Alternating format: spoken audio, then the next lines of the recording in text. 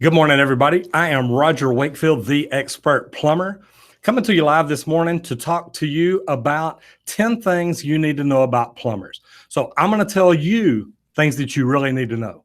Number one, why do we need plumbers?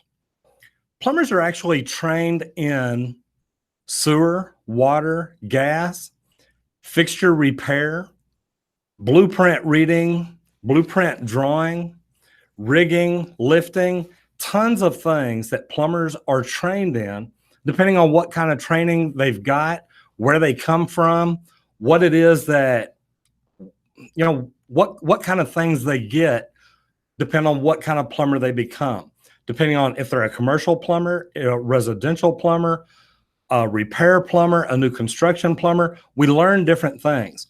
But why do we need them?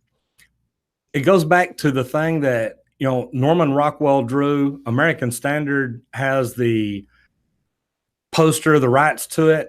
The plumber protects the health of the nation. And guys, that is so true.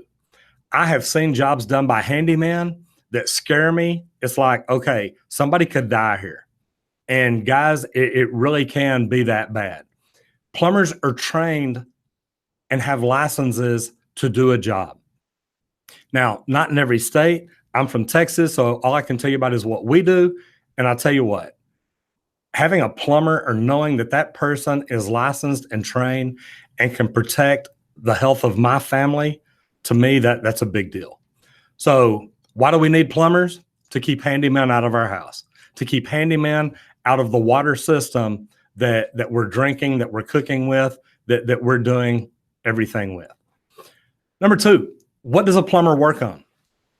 Pretty much, if it has water, sewer, or gas, a plumber works on it. Most people say, well, a plumber doesn't work on the furnace. That's HVAC.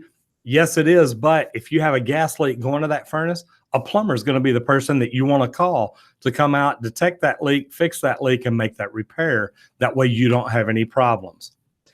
Number three, why are plumbers so expensive? Guys, I'll tell you what. Plumbers in Texas have to have 8,000 hours of training. The van that they pull up in or the toolbox they carry in, guys, we've got thousands of dollars worth of tools. Sometimes it's tens to 20. I've seen some plumbing vans that have almost $50,000 worth of tools on them. Cameras, sewer machines, leak detection equipment. We've spent so much money in leak detection equipment and cameras that it would really surprise a lot of people to know that we have that much stuff on our trucks, and it's not every trucks. And some of it we keep here at the shop in a locker room. That way we can take it out as we need it. We don't want that high dollar equipment bouncing around the back of somebody's truck just to get it over to a house that we may not even need it at. Are plumbers in demand in the United States? Okay. In the United States, there's 555,000 plumbers. Okay. There's 325 million people. That is 586 people for every plumber in the United States. Guys, plumbers are in demand. If you know a young man that maybe was in FFA, maybe he was on a football team or basketball team or something like that. He's a team player, a hard worker, a go-getter, but maybe he's not going to college. You know what? Talk to him about becoming a plumber. Introduce him to me. Introduce him to my YouTube channel. Let him communicate with me and I'll talk to him about it. Guys, I recruit for the plumbing trade every day. It's been an amazing trade for me. It's been a good career. And I've actually done very well with my life. And considering where I started out, that surprised a lot of people.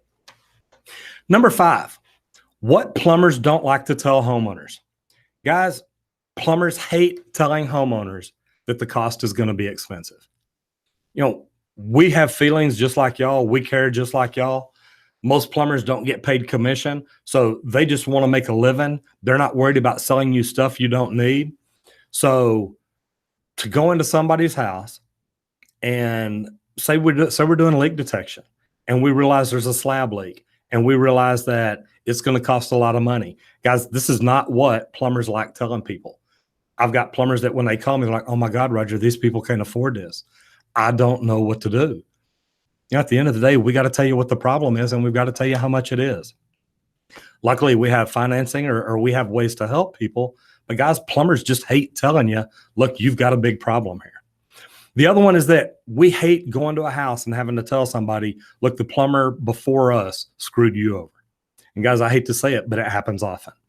We've got calls from people that said, a plumber charged them to do a complete repop on their house. That never happened.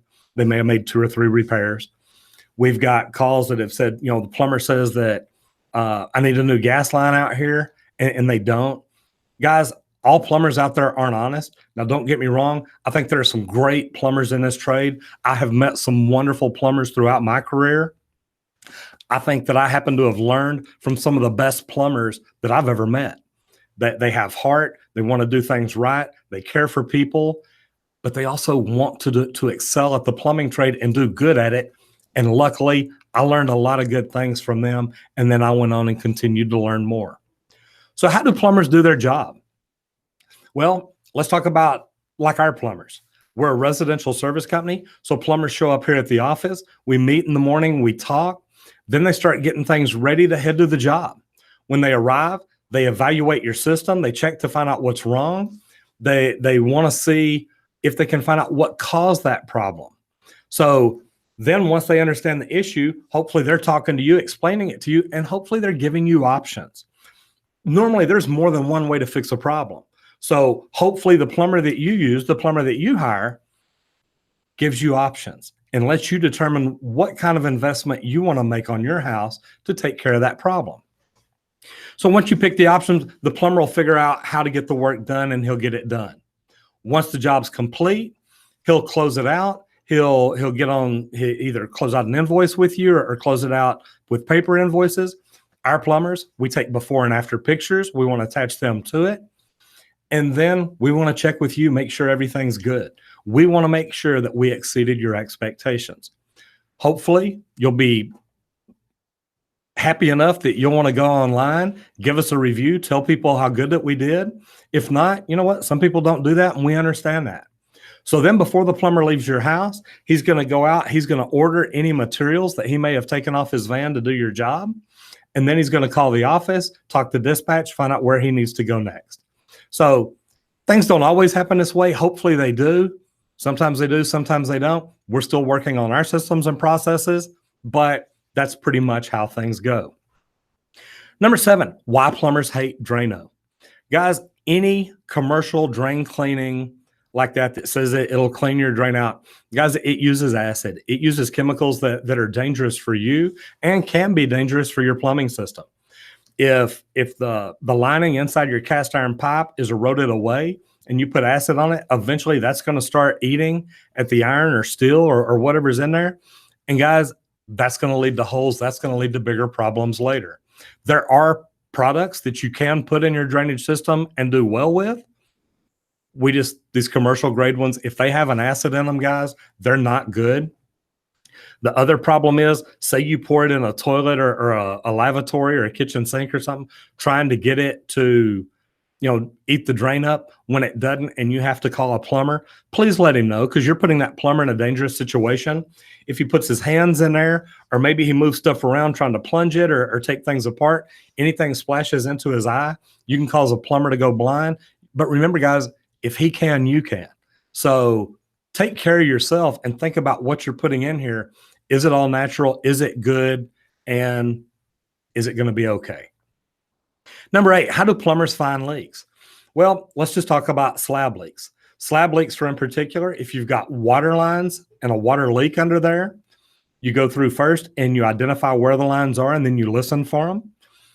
For sewer lines, once you determine that there is a leak, you start using cameras, test balls, and water to fill up different areas of the system to determine exactly where the leak is. Every now and then, you'll find a house that maybe the whole thing needs to be replaced. It's not very often, but it does happen. On a gas line, you use pressure gauges.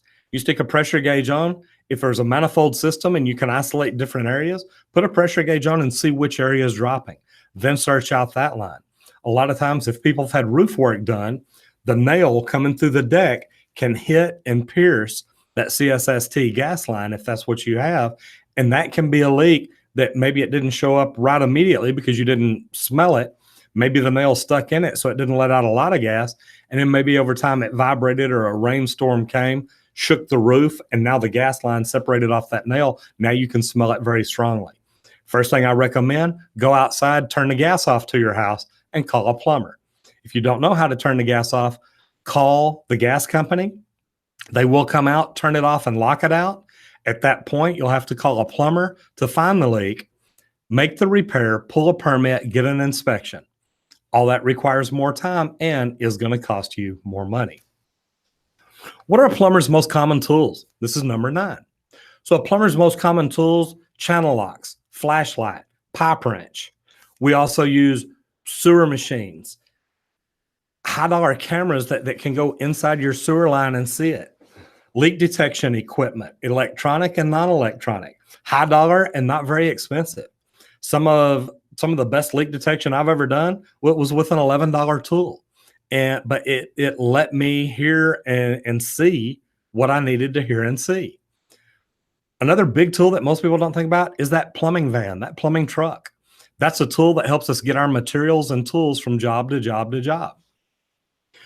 Screwdrivers, Allen wrenches. Man, there are so many different things that a plumber uses. And believe it or not, we've got to have all that stuff on our truck or with us, because getting into your particular faucet or valve may be different than the house next door. So we want to make sure that we've got the right things with us and get you taken care of.